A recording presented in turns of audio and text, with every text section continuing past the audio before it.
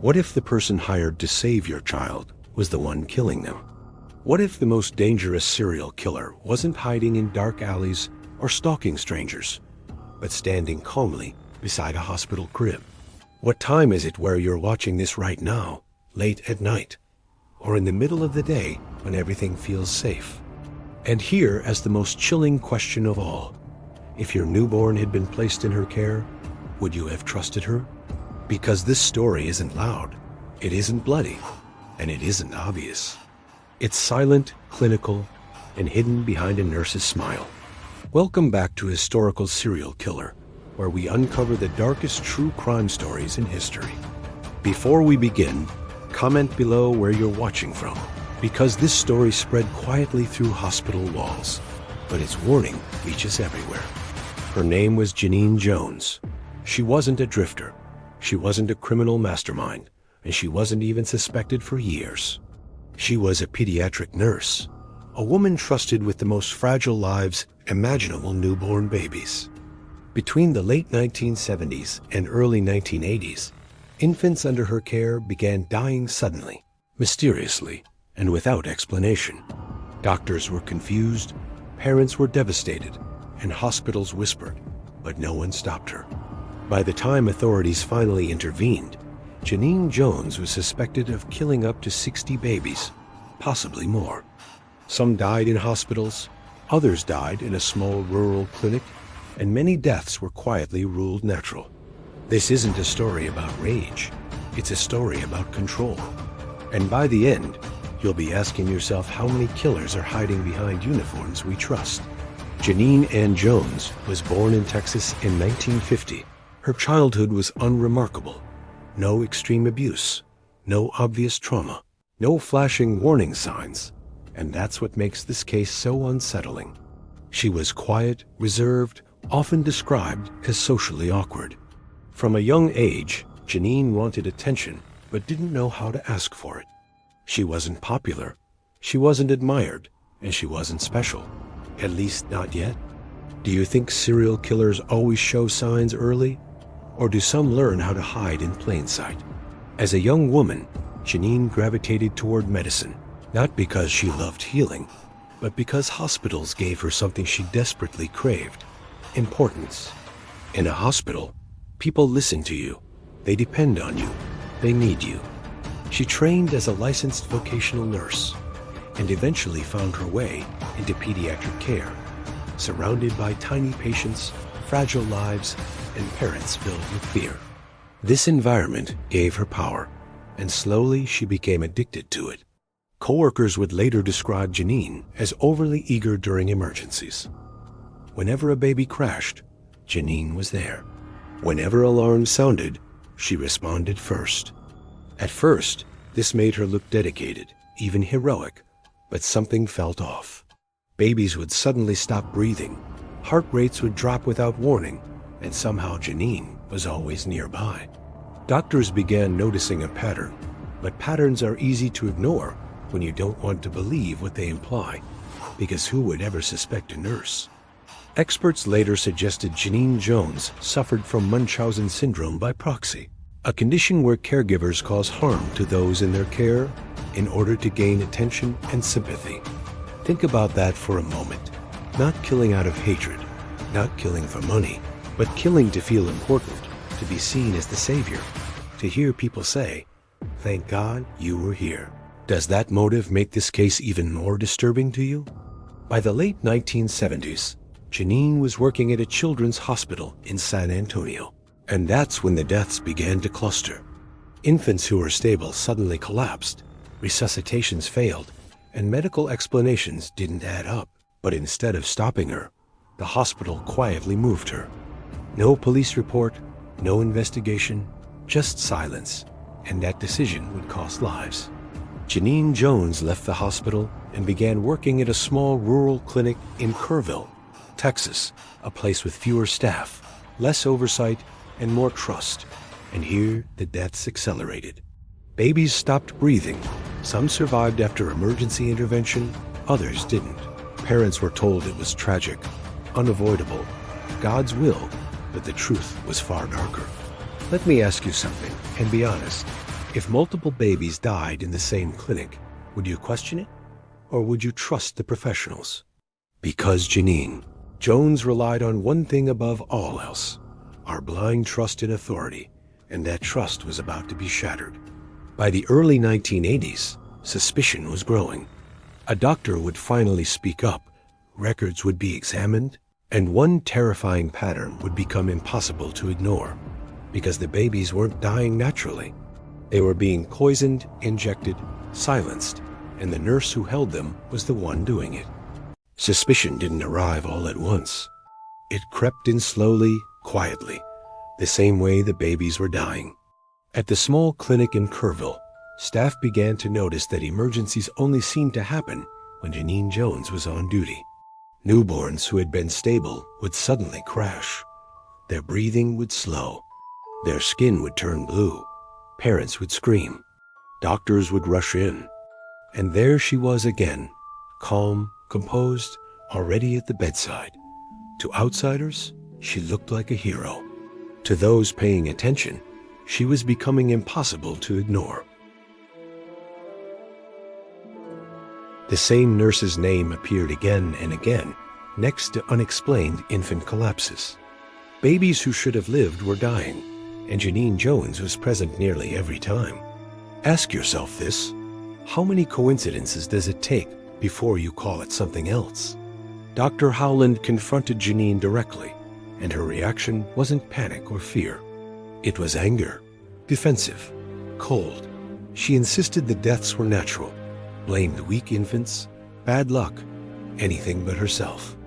But the pattern was now too strong to ignore. Around this time, doctors began to suspect that the babies weren't just collapsing on their own. They were being poisoned. Lab results revealed dangerously high levels of medication in tiny bodies, drugs that slowed breathing and heart rate. One drug in particular stood out: succinylcholine, a powerful muscle relaxant that can cause respiratory failure if misused. This wasn't something parents could accidentally give. This wasn't a coincidence. This was deliberate, and only someone with medical access could do it. Genene Jones wasn't killing in a frenzy. She was methodical, quiet, precise. She would inject infants when no one was watching, and wait. When the baby crashed, she would rush in, drawing attention, feeding off the chaos she had created. Sometimes the baby survived, and Genene was praised for saving them. Other times, they didn't. Either way, she got what she wanted: importance, sympathy, control. Does that make this more horrifying to you? That she wasn't just killing, but performing? As suspicion grew, the clinic made a decision that would haunt them forever. Instead of calling police immediately, they fired her quietly. No press release, no warning, no alert to other hospitals. Genene Jones was allowed to walk away, and she didn't stop. Free from oversight, she began working as a private nurse, caring for infants in their own homes. Parents trusted her. Why wouldn't they? She was experienced, calm, recommended. Babies continued to fall ill. Some survived after sudden emergency visits. Others didn't. Death certificates listed natural causes. Grief swallowed the truth. It's estimated that during this period, dozens of babies may have died at her hands, never officially counted, never investigated. Let that sink in. How many killers are never caught because their victims are too young to speak? Eventually, Dr. Howland could no longer stay silent. He took his concerns to authorities. Medical records were turned over. Investigators began connecting dots that hospitals had ignored for years. Genene Jones was arrested in 1982 and charged not for dozens of deaths, but for one attempted murder. One baby who survived. That would be enough to open the door. When police searched her home, they found syringes, medications, and handwritten notes detailing infant emergencies. Notes that read less like medical documentation and more like trophies. In court, Genene Jones showed little emotion, no tears, no remorse, just quiet defiance.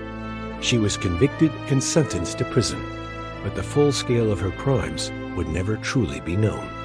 Records were missing, bodies were buried, families had already mourned, and many deaths were legally untouchable. So let me ask you this. If she had been stopped earlier, how many babies would still be alive today? And how many more cases like this are hidden behind closed doors, masked by trust, uniforms, and authority? Because Genene Jones wasn't the last medical killer. She was just one of the first to show us how silent evil can be. Prison didn't end the story, and in many ways, it stripped away the last illusion that justice is always proportional to harm. Because when Genene Jones was finally removed from the world she had terrorized in silence, the numbers never matched the damage, not even close, and that imbalance haunted everyone who followed the case. She was sentenced to 99 years in prison for the attempted murder of one infant, and later another 60 years for the murder of a baby whose death could finally be proven beyond doubt. Yet even as the judge read out those sentences, everyone in the room knew something was missing. Prosecutors believed she had killed at least 11 infants, and medical experts reviewing years of records whispered a number far more, terrifying possibly 60 or more babies whose lives ended quietly under her care, deaths written off as tragedy, weakness, or fate. Think about that gap for a moment. A woman potentially responsible for dozens of deaths would never be legally held accountable for most of them, not because they didn't happen, but because time had erased the evidence. Medical charts had been destroyed under routine retention policies. Autopsies had never been ordered. Parents had trusted the system and buried their children believing the deaths were unavoidable.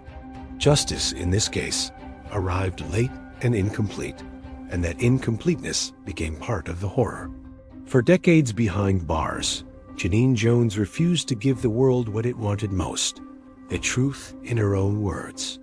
There was no full confession, no list of names, no explanation that might help families finally understand what happened to their children.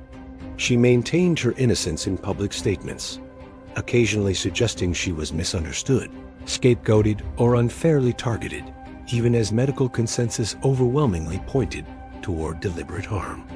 Imagine being a parent living with that uncertainty, knowing your baby died in a hospital or at home under the care of a nurse who later became infamous, yet never receiving confirmation. Some families only made the connection years later, flipping through a newspaper or watching a documentary, and realizing the nurse who smiled at them, who spoke softly while holding their newborn, was now known as the Angel of Death.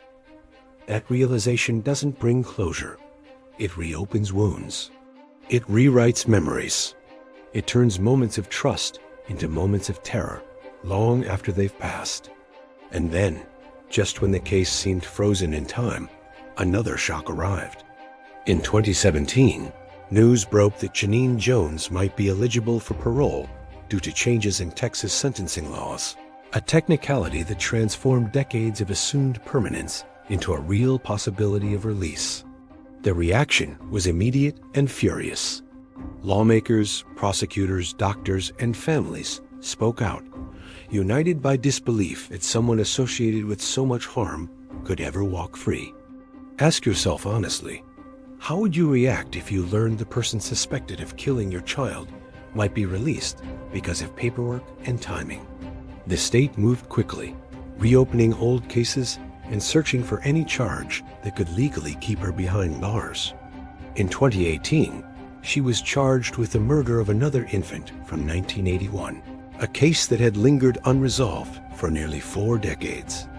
Facing the real possibility that the system might fail one last time, Genene Jones accepted a plea deal in 2020, pleading guilty in exchange for a life sentence without parole. Only then did the threat of her release disappear. For some families, this moment brought a small, fragile sense of relief, but even that relief was tangled with anger and grief. Why did it take 40 years to reach this point? Why were early warnings ignored?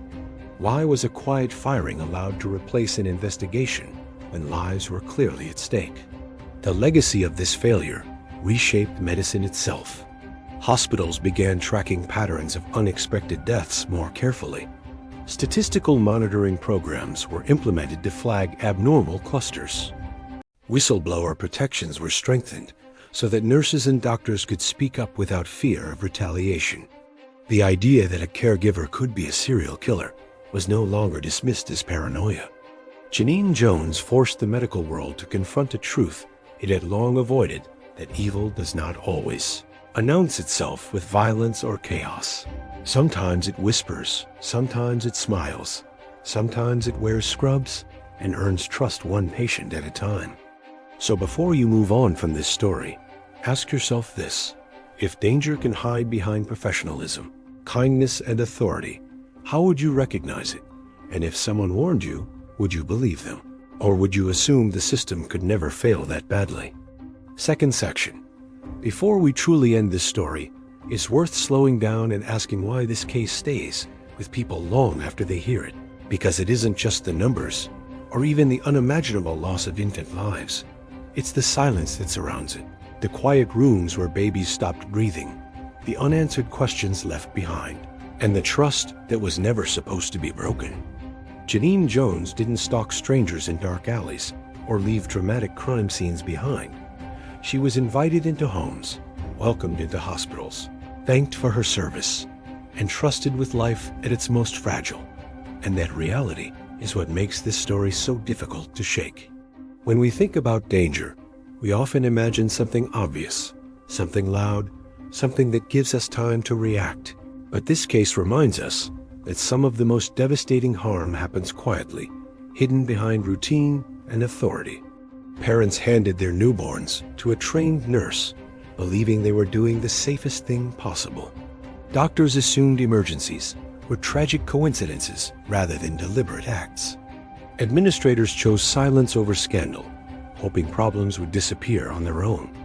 Each of those choices, understandable in isolation, combined to create space for unimaginable harm. Ask yourself this: what shocked you the most about this case?